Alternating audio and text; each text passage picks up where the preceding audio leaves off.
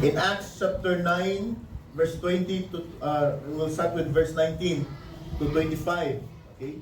Please go through its details. In verse 19, now for several days he was with the disciples who were at Damascus. This was after he got born again. This was after he experienced or he encountered the resurrected Jesus Christ. You know the story. While walking to the road of Emmaus going to Damascus, the Lord encountered him and there was a cessation of the old Paul or Saul, and Saul now became Paul. Nausap ang iyang kinabuhi. And so this was the account after that. So now for several days he was with the disciples who were at Damascus. Okay? So he went back to the place where kusog kay sa manakop ngadto. No? He always carry with him a license from the chief high priest, to penalize those who believe in Jesus Christ. And look at that in verse 20, and immediately, take note, and immediately he began to proclaim Jesus in the synagogue, saying he is the Son of God. And all of those hearing him continued to be amazed and were saying, is this not he who in Jerusalem destroyed those who called on this name, referring to Jesus, and who had come here for the purpose of bringing them bound before the chief priest? In other words, kung binisayo na to ang narration nila mga iso, di mo maumaning yung pirmi mo rin diri nga manakong prisuhon tong mga nituo ni Jesus. Nga naanap po na siya diri. So there was confusion as to the very purpose why Paul again went back to Damascus.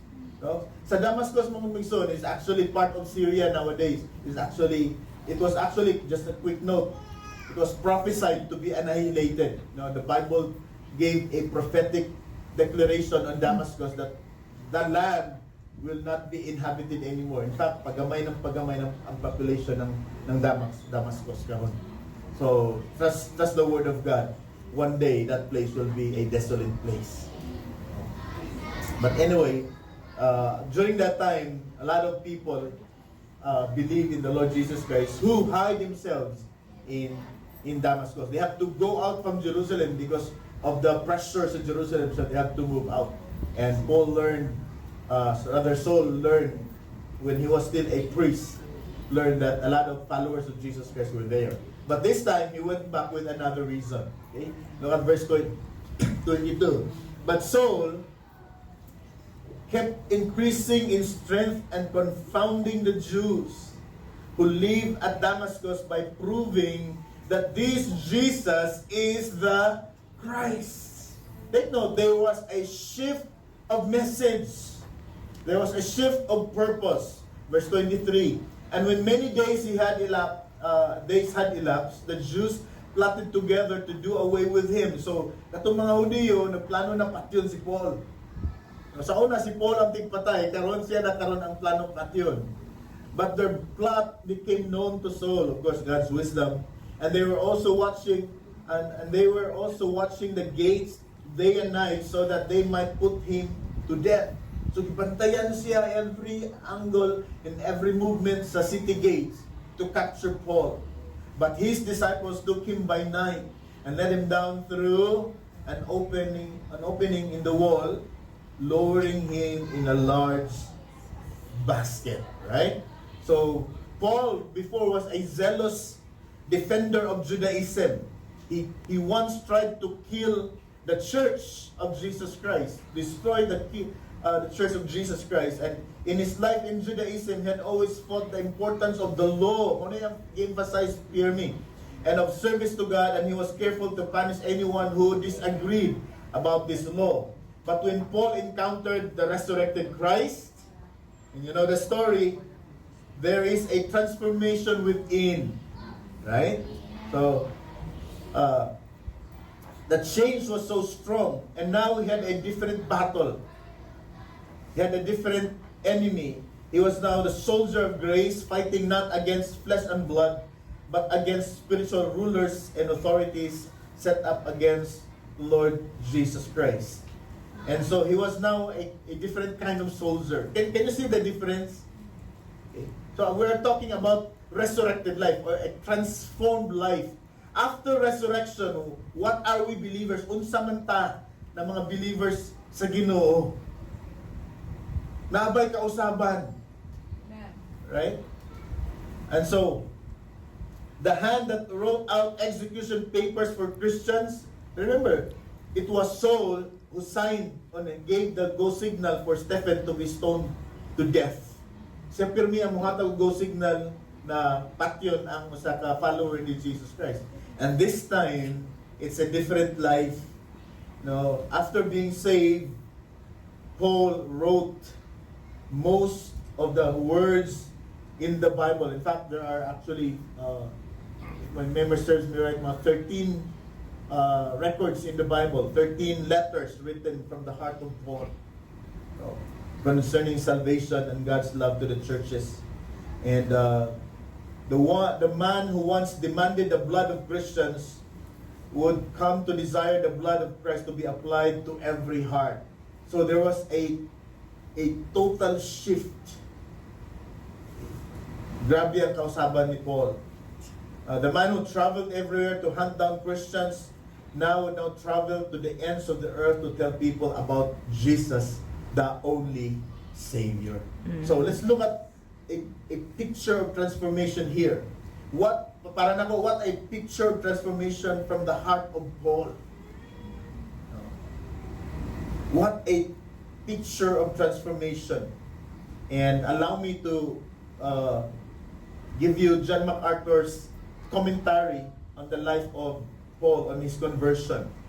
John MacArthur said, from a volatile, energetic, dynamic enemy of Jesus Christ, the persecutor, referring to Saul before he became born again, he was a persecutor, blasphemer, came the greater part of the New Testament. 13 books in the New Testament was written by Paul. From that persecutor, blasphemer, came the noblest statements of Christian theology, came the sweetest songs of God's love, and he became the most saintly, heroic person who ever named the name of Jesus Christ. It was clearly recorded that whenever Paul mentions about Christ, it was with deep reverence. The name that he once tried to destroy, now he was very, very careful even to mention that name. And so we see in verses 20 to 25 the characteristics of a transformed life. And so we'll be going, there are actually 4 that I found in the verses. That's why I will only discuss 2 for today. The characteristic of a resurrected life. Now take note, if our Lord was resurrected, we too would one day be resurrected. But while waiting for that actual resurrection before we will be with the Lord forever, our spirit is a resurrected spirit. Amen? We were once dead in the spirit. Are you following? Yes. We were once spiritually disconnected with God, but now we have a resurrected spiritual life. That's why my responsibility is just to present to you clear truth, but I do not have the ability and power to bring in the understanding to you. It is the Holy Spirit within you who will give you the understanding. Amen. Amen. That's why I want to make sure that what I am preaching to you is correctly dissected and correctly, pronounced with proper hermeneutics. In other words, kung unsay message sa ka verse, mao na ang akong isulti. That's hermeneutics. Because the Holy Spirit will attract from the truth. Yes. The Holy Spirit will reject what is false, but the Holy Spirit will attract truth. And so, my responsibility as a teacher and preacher is to pronounce correct doctrine, for faith comes by hearing. Yes. And so when you hear it, and you believe it, the Holy Spirit will capture the truth, and it will bring a change within. That's what happened to Paul. And so, grabe ang iyang change. And so, let's look at the characteristic of a resurrected or a transformed life. Number 1, we find in this text, is that a transformed life could not keep silent about Jesus. Yeah. A resurrected life could not stop talking about Jesus. Remember the disciples when they saw, the Lord Jesus Christ, they saw him being punished, being, maligned, spat upon, and hanged on the cross, beaten, and died, and was buried. They saw him, and they saw him, when he resurrected from the grave. No wonder why patay kung patay ang hitabo sa ilahang passion. Amen? Yeah. Because they captured the resurrected power of God within. And that is why we are blessed with truth today, because of their boldness in what took place, in that actual evidence when they saw the Lord Jesus Christ. And so we are now reflecting on the same power. And we are now carrying the same power within.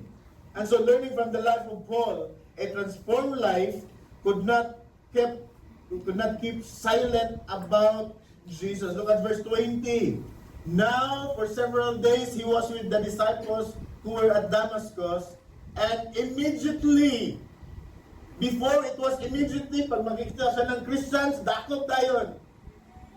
But now, immediately, he began to proclaim Jesus in the synagogue, saying,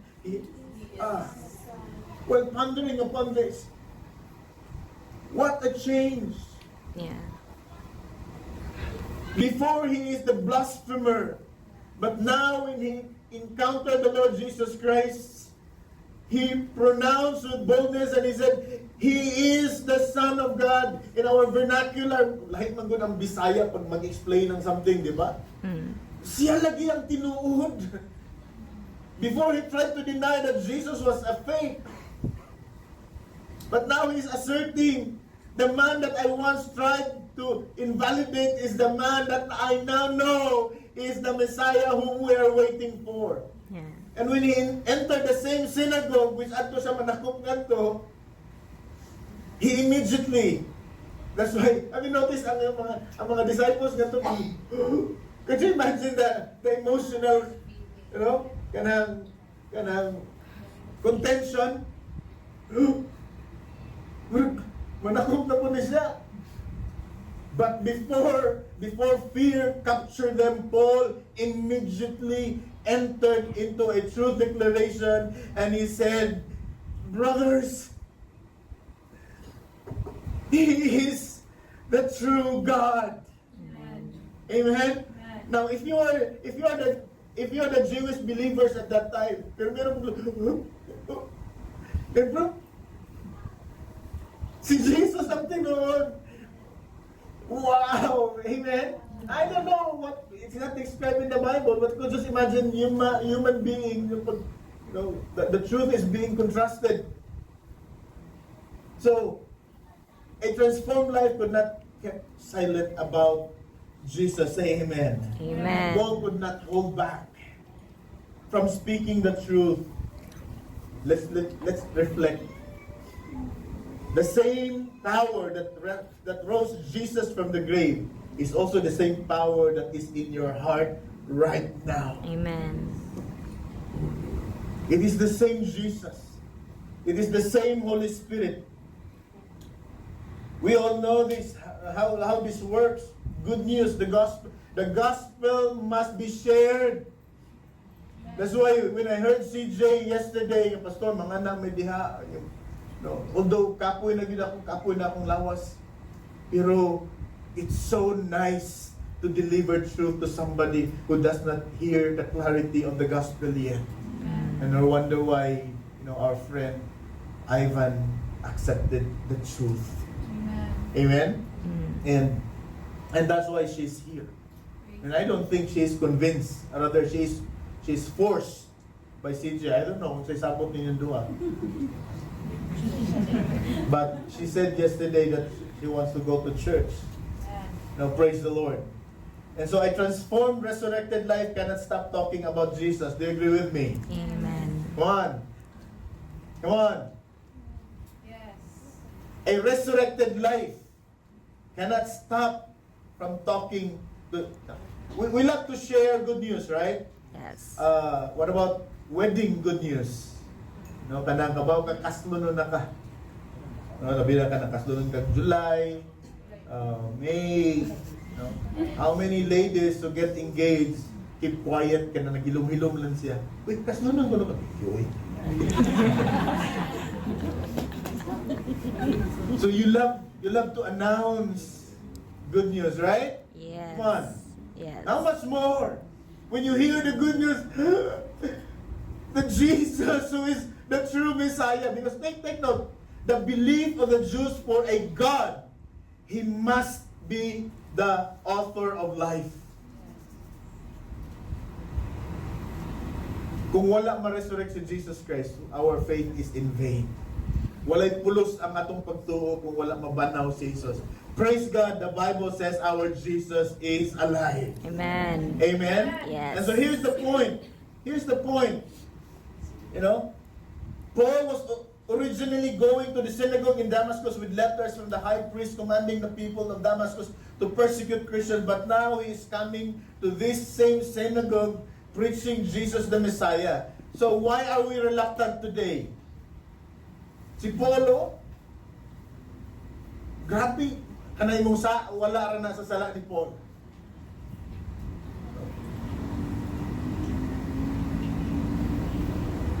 But Paul was so bold. Amen. Going to the same synagogue, nga naanad siya nga manako, mupatay. But this time, going to the same synagogue, he snatched the opportunity and he said, si Jesus, ang tinuod nga Ginoo. Amen. And why are we right now? We are in the same spirit, we are the same. Why are we reluctant and hesitant to talk about Jesus? Could it be that He is not precious to you or to us? Pero the news that kaslunon kay was so precious.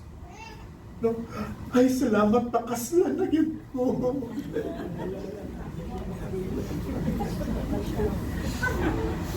The news about our Lord. Nganong dili ta excited musulti sa mga tao? Could it be that He has not transformed us? Dili ba kakawagin ta na usab? Wala gyud tay resurrected life? Because reflecting on Scripture, a resurrected life could not stop or keep silent about Jesus. That's a resurrected life. That's a transformed life. So if you have a transformed, resurrected life, are you part of the number one nga dili gyud ka kapugong mo tabi about Jesus? To the point that you're willing to spend money, makasulti lang ka about Jesus. To the point that you will use Facebook, you will use text, you will use every opportunity to mention the name of Jesus Christ, saying just as Paul said, I am not ashamed of Amen. Jesus Christ and of the gospel. Could it be that we have come to church all along without really knowing Him? Basig evangelist lang ta. No, giuban na lang ta, sige uban-uban. Nigawas na to diri, ikaulaw lang yapon na to si Jesus. Di ba? Mo man na ang characteristic ato nakita sa verse. Si Paul was not afraid to be killed. Kaya siya ba'y killer sa una? Coming to the same synagogue, what about the family of those katong yang ipangpatay? Namusul siya katong balik. No, he was not afraid anymore. Because the name was so precious. Remember? Amen. Come on, get the scenario. When he entered, he snatched the opportunity before they expressed their fear. He snatched the opportunity and he said, brothers, of course it's not in the scripture, but I would presume, safely that he interact with the people. Brothers, I'm a changed man. Jesus is really the Messiah. And it was so believable, it was so convicting. Why? Because Paul, had a different image anymore. And so, balik ko na po ang pangutana ng son, basig wala gyud kay resurrected life. So I would encourage you, moving out from this place, given the opportunity, talk about the one who died for your sin. Talk about the one who paid it all, and that He is alive, and He is the God whom you worship. Amen? Amen. Amen. Hallelujah. And so, a transformed life cannot stop talking about Jesus, the transformer of life. Amen? Yes. Amen? That's a transformed life. It cannot stop talking about Jesus, the transformer of life. Let me give you a key. The key to witnessing, is inward transformation. So when I say, do not be ashamed about Jesus Christ, I'm not imposing external pressure on you. No, ingon mo to si pastor, manabig yung kunuta. It's not about that. I'm just telling you, if you have a genuine resurrected life, you cannot stop yourself from talking. Yes. That's my point. And so the key there is actually to witness is inward transformation. Kung wagyud ka ma-justified, kung wala gyud ka ma-born again within, you will not talk about that man. You will not talk about that God. Yes. You will not talk about Jesus. Kung wala gyud ka na usab pusulod, you will not talk about that name. So, inward, ako lang giyak. Inward transformation ignites action. Inward transformation ignites action. That's why I am bold, I am passionate about explaining the truth, because that truth is power in itself. Once it enters your consciousness, once it enters into your mind and in your heart, it works within. It works within. I am not responsible about your life. I am not responsible about your change. It is the responsibility of God. Because when He justified you, listen, He intends to sanctify you and work within you and through you. Because He laid down the righteous path already. Tanang righteousness, iya na lang gilay down. He will just move us to that direction and we will walk through it. It is not us who is the righteous doer. We are just going through what is already being made righteous before God. Amen. Amen. That's why it's not a struggle. I say it once again. Christianity is not a struggle. Christianity is vibrant. Yeah. Christianity is exciting. Amen. Because it is not you working. It is not you striving so hard to become good. It is not you anymore. Once you have that truth, you cannot stop yourself because something within you is working. Yes. That's why it is called, in the Greek, it is called metamorpho. From the word we get the metamorphosis. Ang uod cannot stop himself from transforming into a butterfly. There was a struggle. Of course, boy mag-video, ha?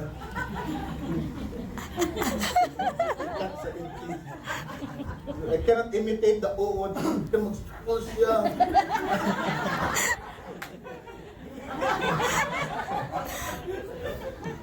And then from the uod, and then the wings starts to, he cannot stop himself from transforming.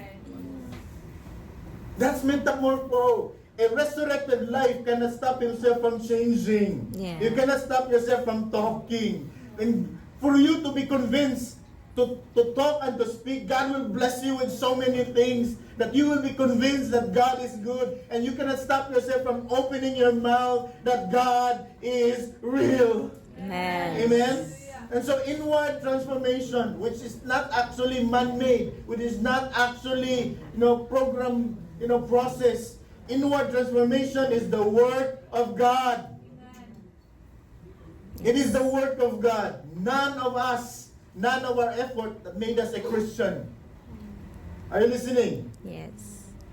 We have no participation. That's why we disagree, and a lot of scholars, and I agree with them, we disagree with the Armenian theology. Of course, Armenius later on, before he died, he shifted point. But his teaching was propagated already. Armenian theology is that, God gave us already the full grace, to capture what is needed to be saved. In other words, it rested upon ourselves to be saved. That's why kinahanglan yun ko mubuhat, kinahanglan yun ko mutuo, as if tungod nako naluwas ko. The truth is, even though that is what we see on the external, but actually it is the power of the Holy Spirit working within. Yes. Amen? Amen. And so that's my point. That's why I don't struggle, trying to make you good. And that is not my responsibility. My responsibility is not to moralize you. My responsibility is not to make you righteous. My responsibility is to proclaim the truth. When you believe it, it will work within you. Yes. And when you resist, there is a struggle within. And I tell you frankly, in that struggle, 100% the Lord will win. Yes. Amen? And you will be wasting months, years, and years, and years in struggling to the point that maluwas na lang kaadto na lang sa katapusan sa imong kinabuhi. You're wasting all of the years of your life if you struggle with God. Better surrender. Yeah. Amen? Amen. And so, witnessing for Christ is by both words and deeds.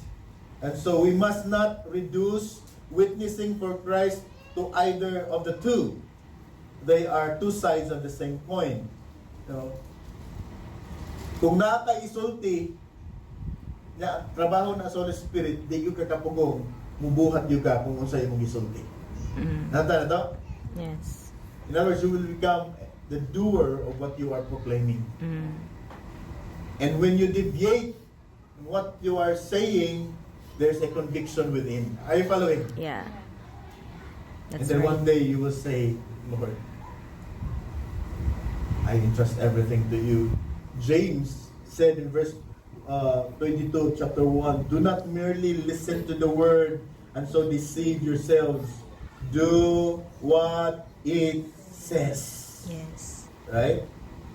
Do what it says. And so you will be like those of the early apostles, in the book of Acts. Let me bring you there. Acts chapter 4, verse 18 to 20. Look at this. Then they called them in again and commanded them not to speak or teach at all in the name of Jesus. Now, take note. Gipatawag ang mga early disciples. Ingnan sila nga ayaw na magstorya-storya aning Jesus ninyo. Is that our experience even in our local, circles?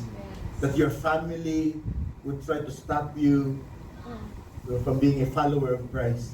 Saying, anong ibalhin ng kag-reliyon? Anong ibalhin ng kag, like tinuhuan?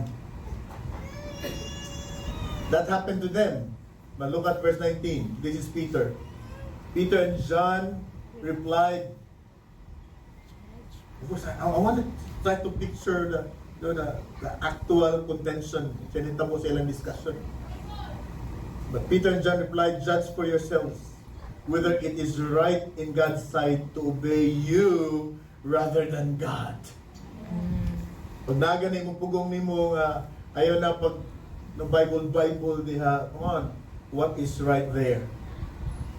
Ingnon ka sa tao undang o ingnon ka sa Ginoo padayon? I was blessed. I don't know if I will share this.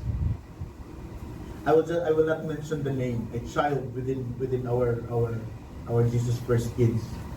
I think auntie, was a nun, and this child was actually a scholar. He suportaan. But when this nun learned that this child went to our church in attending our church, she was reprimanded. Kung di ka undang anang imuhang kuyog sa laing reliyon, i-cancel na mo ang imuhang scholarship. And so beautiful testimony. That it was ako gito gitaguan niyang greetings na ko sa akong birthday. Ingin siya pas, she was narrating the story.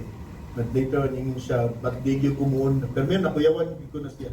But ingin siya, but later on, dili gyud kumuon daw magpadayon gyud ko bahalang mo tangan ng scholarship. It breaks my heart. Young as she is. I don't know kung nag-usap-usap ba, but that declaration, must be in us. Na bahala na di gyud ko mobiya sa Ginoo. Amen. Amen? Because judge for yourself, as Peter said, judge for yourself whether it is right in God's sight to obey man rather than God. That's why sometimes in you, more simple lang yung tayo, like tubig. No? Butangan na itong hilo, imnon niyo mo, dili. Dili. Ano man? Mamatay man ka. Ano rin yun siya? The same. Here's Jesus Christ.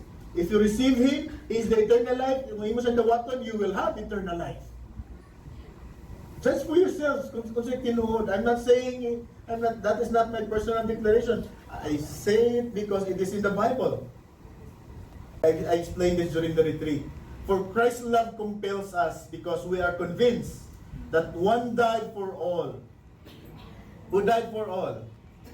Jesus Christ. And therefore all died. That's spiritual, that's spiritual death. Spiritual death from the old nature. We died to our old sinful nature, the connection to the old nature. Okay? Before, it was a strong connection. That's why we cannot resist. We cannot hold on. We cannot say no. But now in Christ, we can say no. Amen. No? Therefore, if anyone is in Christ, he is the new creation. He is a new creation. The old has gone. Please do not interpret the old as your old character, old batasan, old kinaiyan. That is not what the Bible says there. The word old there means in the Greek as original. So therefore, if anyone is in Christ, kinsa tong naa relasyon diha sa Ginoo, he is a new creation. You are a new creation. You are not a mere human. You are spiritual being. The original, come on, the old is gone. The original seed of sin has been done away with. Yeah. Gi-cancel na ang atong connection sa atong old nature. Look at verse 15. And He died for all, that those who live should no longer live for themselves, but for Him who died for them and was raised again. That's why Resurrection Sunday must be a special Sunday for every believer to commemorate. Because that is our assurance that the God whom we worship is the living God. Yes. Right? So the word love there, or rather compels there, is from the Greek word soniko. If you remember our teaching in our retreat. The word compel. So, compel means sa Bisaya pa, napugos. Nagpugos nato. From the Greek word soniko, soniko means to hold together, or compress, or arrest, or a prisoner. In other words, if you're a prisoner of something, you are sunod-sunod to something, right? Are you getting the point? Yes. Now look at the connection of the word soniko there. It is connected to the word Christ love. And so for you to understand being held together or compressed or arrest, wa kay mahimo gyud but musunod lang yung kaon sa Diyos, you have to understand that kind of love. What is the love of Christ? Christ's love compels us. Yeah. So you have to know that love. That love paved away our, come on, that love paved the way, and we are open, and we are forgiven, and we are loved, we are washed because of the love of Christ. For God so loved the world that He gave His only begotten Son, that whoever believes in Him will not perish but have eternal life. So that, mo na nakapapugos na ito. And so I'm saying, learning upon Paul, he has a resurrected life. He cannot stop himself from talking. Why? Because of the love of Christ. Yeah. Because he realized that the one who saved him is actually the one who is the God of the universe. And he cannot stop himself. That's why he was compelled to speak about that name. Yeah. So are you compelled? Karon palang daan, are you decided? Yes. Now, given the opportunity outside, you will mention the name of Jesus. Amen. Amen? Yes. Hallelujah. Hallelujah. Okay, number 2. Paul's transformation was apparent. Ano saan ang apparent? apparent to others. Dili klaro. I guess. Ako na lang i-explain, no? Kung saan ang apparent? Klaro. Obvious. Let me throw you the reflection. Sa imong mga friends, klaro ka nga Christian? No? Basig, Pasko na sinta ko, hanap-hanap ka na.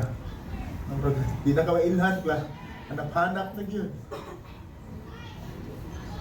Was your transformation clear to other people? Can they say, palahubog mo ni siya sa una? Karon, sa una muligid mo ni sa daan? Karon, sa lamisa na lang. At least, do you have an obvious transformation that your neighbors, your friends, your relatives could say, so ganito man? Because if you have that testimony, most likely, basig na agi kay transform life. Because transform life is a changed life. Amen? So that's Paul. No? His life was apparent to others. It was a clearly nausab yun siya. Remember, he entered the same synagogue before he wants to kill, but this time he wants to pronounce that Jesus is the only Christ. Look at verse 21. And all those hearing him, now take note, synagogue, that was synagogue. By the way, synagogue is magkani, kasulgo ko sa synagogue niya. Maglingkod na nga ito, niya tanay scroll, basa ko na nila. Sana mangutana na. By the way, starting next Sunday, we will open for Q&A na. Ibalik na to. So, I agree with some scholars na in the church, tayo ba diyan ay pangutana pero they just go home na walang na-answer. So, pero wala yung pinagsanay. We will have a time. Kung wala yung mangutana, thank you very much. So, kung may mangutana, I will be willing to by the guidance of the Holy Spirit. By the way, okay, going back. Verse 21, and all those hearing him continued to be amazed. Wow, picture out. And that's why I love meditation sa scripture. Imagine mo si Paul nga to. And they continue to be amazed. Maybe yun to I don't know, say lang. When Paul was silent at first, how do you interpret? Because the records of Paul, whenever he entered synagogue, he will kill, he will capture those who are believers of Jesus Christ. This time, Paul entered the same synagogue. And maybe Paul was looking at the eyes of the people.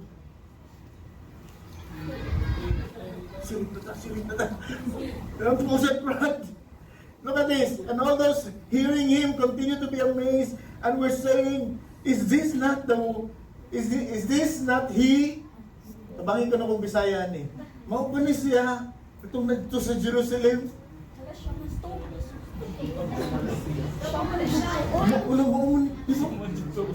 Mo na siya nas Facebook. Destroy those who called on this name. So maybe, kinsa follower ni Jesus Christ. Kung ang introduction ni Paul is, of course, ang intention is to reconnect, di ba? Kinsay manito ni Jesus Christ diri. Why mo ibon kayo?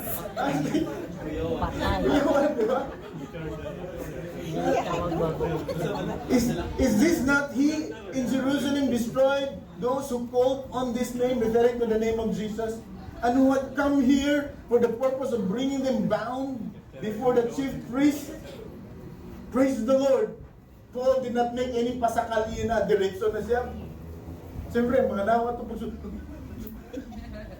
Si Jesus, ang tinoon niya Ginoo. Amen. Tumo ka naman. I don't know. Making a point out of that. Listen, making a point out of that, maybe some of your friends, when you tell them about your change, maybe they will be reluctant. Magduha-duha pa na siya. Maybe offeran ka nila sa test. Beer provider, ako'y bangka, ako'y libre. Diba? Mag-give in gani ka. Ilang sa baha. Patay na testimony, right? And so, And I will end with this. 2 ingredients are necessary to, by the way, what's the time? 12:08. Well, end in 3 minutes. Okay lang. Late nung doon mo ganina. So I will naginot 3 minutes. 2 ingredients are necessary para maka-experience ka ng transformation sa kinabuhi. Number 1, there must be the presence of God inside of you. Come on. You will not be changed kung wala'y presence ni God sa imong kinabuhi. Yes. Amen? Yeah. Bisan pag magpa-member pa ka tanang church sa kalibutan, it will not change you. So, there must be the presence of God. Look at 1 John chapter 5, verse 11 to 12. And this is the testimony. God has given us eternal. Take note. God has given us eternal. Gitagaan tag kinabuhi mo walay katapusan. Wala na to paning kamuti. Yes. Amen? Gihatag sa tuwa. We don't deserve it. That's why it's called grace. God has given us eternal life. And this life, where?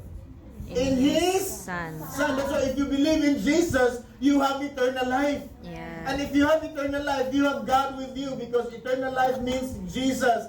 Jesus means God with us. And God is eternal God. Yeah.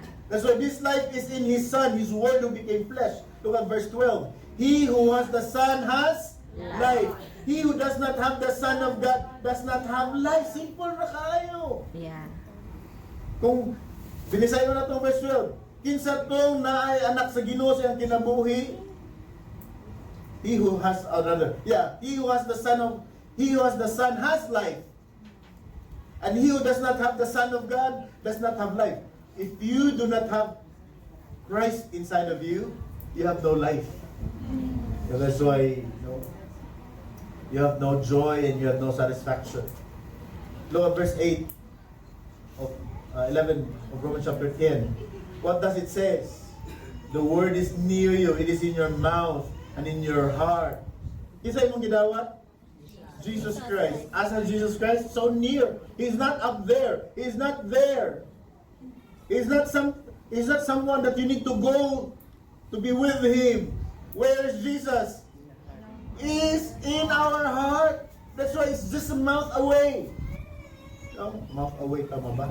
It is in your mouth and in your heart. That is the word of faith we are proclaiming. That if you confess with your mouth, Jesus is Lord. Say, Jesus is Lord. Jesus Do is you understand what you are saying? Yes. Jesus means God with us. Yes. Lord means boss. Remember, why He is boss? Because He's the author of your life. He's the owner of your life. He purchased your life back on the cross. Yes. Totally forgiven, paid in full. That's why He is the master. He is the boss. Thank you, He's Lord. the owner. Yes. To say that Jesus is my Lord, Jesus is my boss, you are admitting that your life belongs to Him. And so if that is the confession of your faith with clarity, in believing in your heart that God raised Him from the dead, do you believe that Jesus rose from the grave? Yes. So, baka, come on. Yes. Why? Because Were you there? no. No, it's in the Word Yes. that God raised Him from the dead. On say promise, you will be saved. Amen. You will be saved. Look at past tense ang gigamit. Pero you're not yet there. But it is as if you're there already. You're just in assignment here on earth. You're just on a mission here on earth. But you are already saved. Yes. Amen. Amen. That's a transformed life. That's why knowing the truth, you cannot stop yourself from talking. That's why 1 John chapter 5 verse 13, I write these things to you. Tuom, naan gina pastor? Kanang gisulti gyud na diha. Is it really possible that a believing sinner will know that he has eternal life? Posible ba? Yes. Because mga pari, wala ka kabaw. Ingon makanaw, kanang pinabugnaw at yun. So, mintras po, malay, kabaw. Ano na kinahanglan? Bayad sa gusto ka aircon? The Bible clearly says that we can know. Right? I write these things to you who believe. Do you believe? Amen. In the name of the Son of God, tuo ba ka ni Ginoong Hesus Kristo? Amen. kung nito ka gisuwat gyud na siya ang imong gituhuan nga nasulat gyud na siya para so that you may know that you have eternal life. Amen. So you have eternal life. Do you believe in that name? Amen. That's why Paul could not stop himself from talking. That's why Paul, his life was obvious to the eyes of the people sa iyang silingan. Klaro kayo nga nausab si Paul. But I don't know with you. Husband, wives, can your partner attest nga nausab yun ka? Please. No, nausab siguro. Sorry. Ayan, no? Kauna, pitaka puno sa resibo sa sweltris. Karon, no? Puro na. Siguro wag isod. So I will throw that to you in closing. Can you stop talking? No. Is your life obvious to your silingan nga na Christian na gyud ka? Don't be afraid yung ingon ka niya, ibalhin naman sa grili yun. Judge for yourself, kung sa may sakto. That's why, I was so blessed with Brother Darwin, ingon siya nga, sa una nga, ganang bundagoy kayo ko, okay ra ninyo, wala gyud mo nagbagulbol. Pero sige na kong simba nga, nausab na ko. Dako issue kay ninyo. So, isa mo yun. So that's Peter, what Peter meant, di ba? Judge for yourself kung sa'y sakto. Tuo ko si mong sulti, suo ko sa pulong sa Ginoo. And with that, you know, may it reflect in your own life. Are you a Christian who have a resurrected life? Let us all stand. Let's continue next week. Hallelujah.